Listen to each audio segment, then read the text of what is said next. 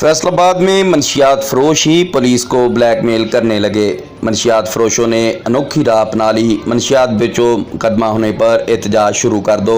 ऐसा ही किया बाऊवाला के रिहायशी अब्दुल गफूर उर्फ पप्पू कबाड़िया ने। अब्दुल गफूर आदि मुजरम मंशियात फरोश है जो कि इलाका में मंशियात का मकरू धंधा करता है। मुखबिर खास की इतला पर ASI इंचार्ज चौकी गुलफशां एहसान अकरम भट्ट ने मंशियात फरोश को पकड़कर मुकदमा दर्ज करके मुलजिम को चलान करके जेल भेज दिया तो पीछे से मुलजिम के बेटे ने मंशियात बेचना शुरू कर दी। इंचार्ज चौकी गुलफशां ने उसको भी पकड़कर चलान करके जेल भेज दिया। मंशियात का मकरू धंधा बंद होने पर मंशियात फरोश अब्दुल गफूर के तीसरे बेटे ने इलाका मकीनों के साथ मिलकर एहतजाज शुरू कर दिया।